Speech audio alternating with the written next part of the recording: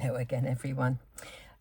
Well, I kind of started earlier and was making this little elephant and didn't realise I wasn't recording. So the reason for making this little elephant is my daughter is at the moment in Sri Lanka with her 2 kids for a holiday, and they are having the most amazing time.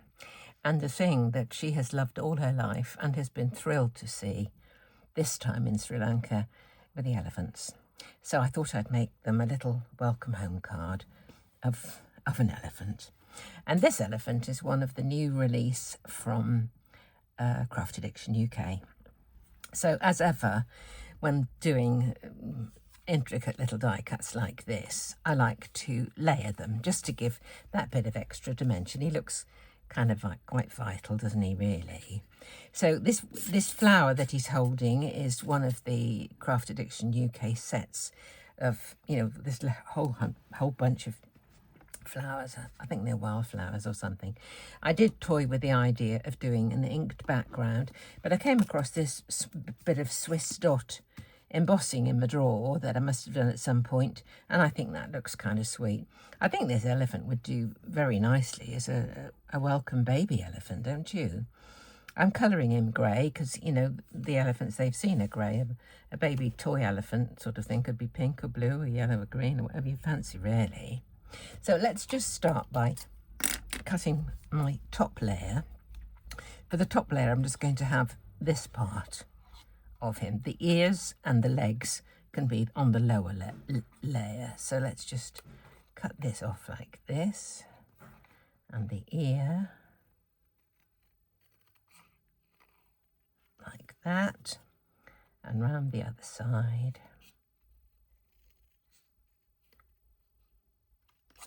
And this foot here. So that's my top layer for on there. One thing I've got to do is actually just get rid of these eyes because it'll just be showing from the lower level. So we'll cut these out. They're just anchored top and bottom. The sides, are cut through. So just snip those bits that are still attached. And then I'll use my embossing tool just to smooth off the line, because snipping inside the line here like this it's a little bit rough and ready, really. It's not the best thing. So with this little embossing tool, I'll just do this. Go around those edges just to, round them down, make them smoother. Okay, I'll be doing the pupils on this one, and I've got a bunch of greys for the elephant itself, and I actually picked this one, which is R16 pastel peach, as a base layer for inside the ears and inside the pads of the feet. So we'll just pop this on first. It'll be covered with grey presently, but it'll just give that sort of warmth to the inside of the ears.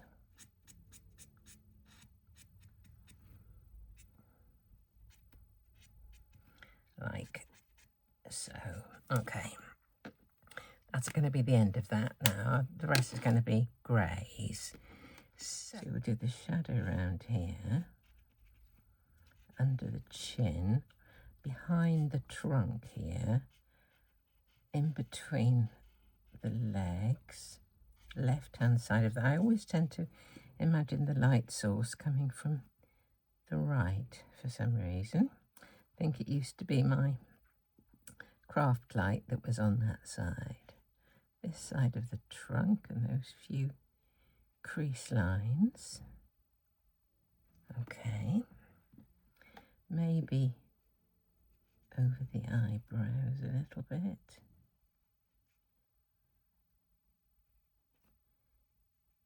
Okay. Just go knees. Right, that was at 9. This is W070. Let's put a bit more of this one on.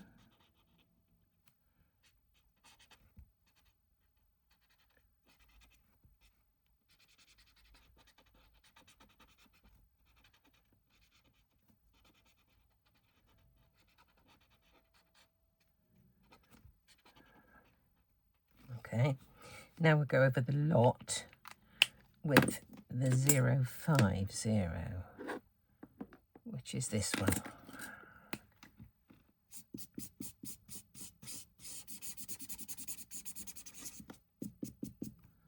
Smooth these colours together, the shades.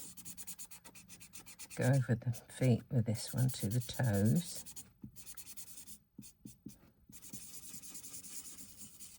Okay. May add a bit more colour presently. Now this chap, I'll just get, this is my fine line, and we'll draw his eyes, his pupils, should I say. There we go. Now, let's have the middle colour for over the top of his ears, which is the 7. That's this one. I will do just around the edge of his thing there, just in case any of it shows. Just round the edge.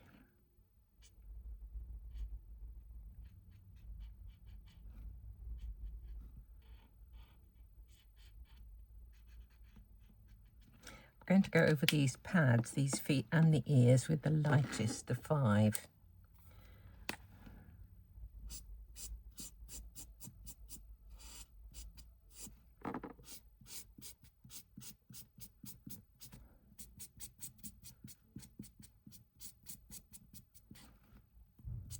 Where that sort of pale pink was, it's just given it a bit of warmth, I feel.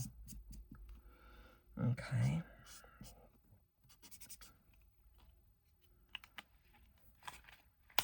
Let's have a look.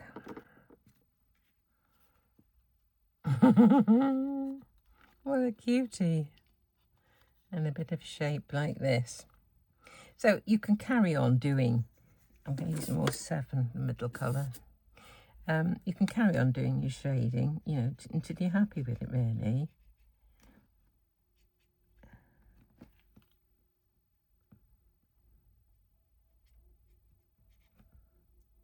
And, you know, the lightest colour often just blends all the other colours in together.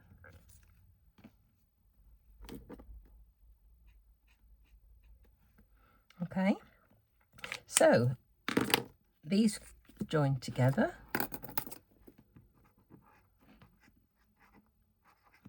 And then you can just bend it with your fingers slightly to give it a bit of shape.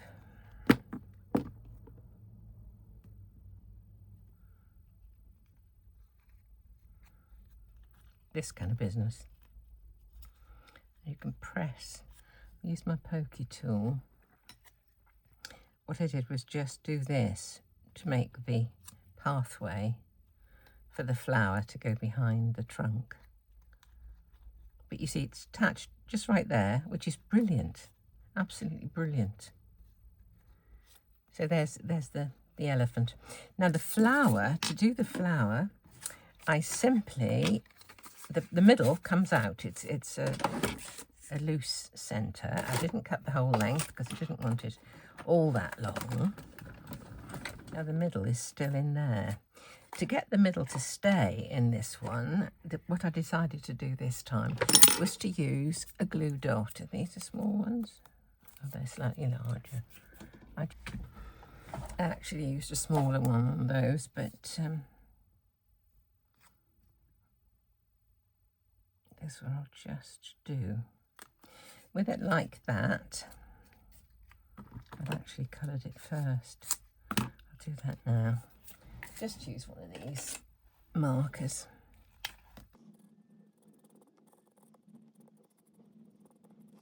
Got a green here for the stem.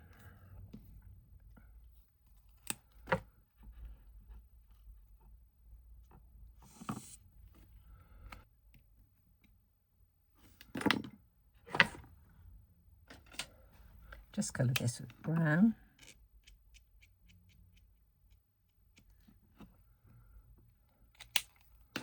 And then popped that onto that glue dot that's behind the middle of the flower.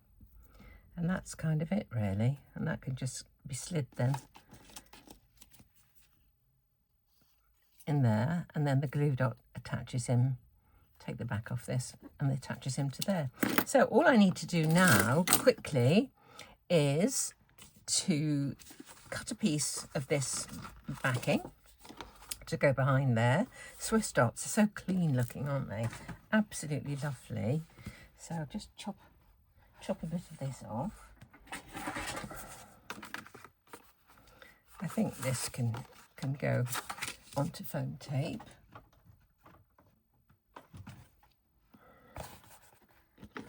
I'll cut that down a little bit more, be able to use a bit more of that for something else as well.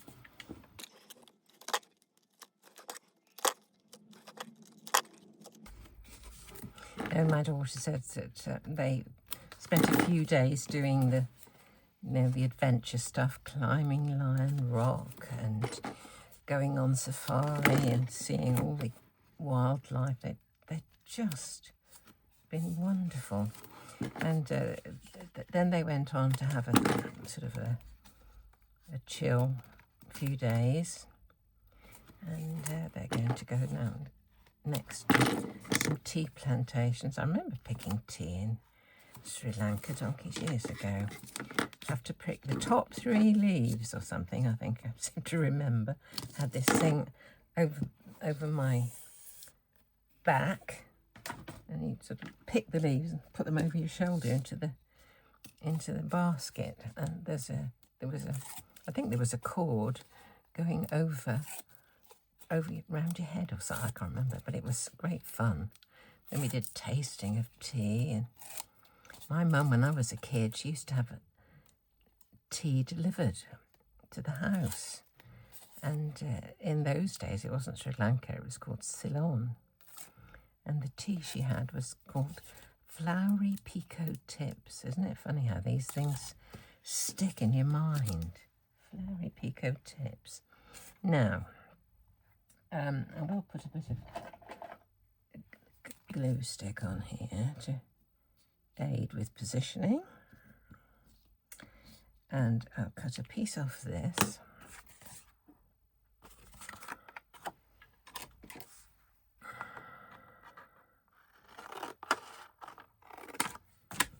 Okay, pop that down and we get this.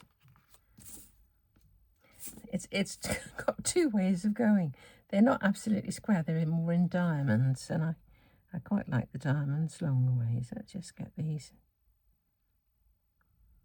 equidistant. I think that will do for that. I will add a bit more adhesive onto this bit.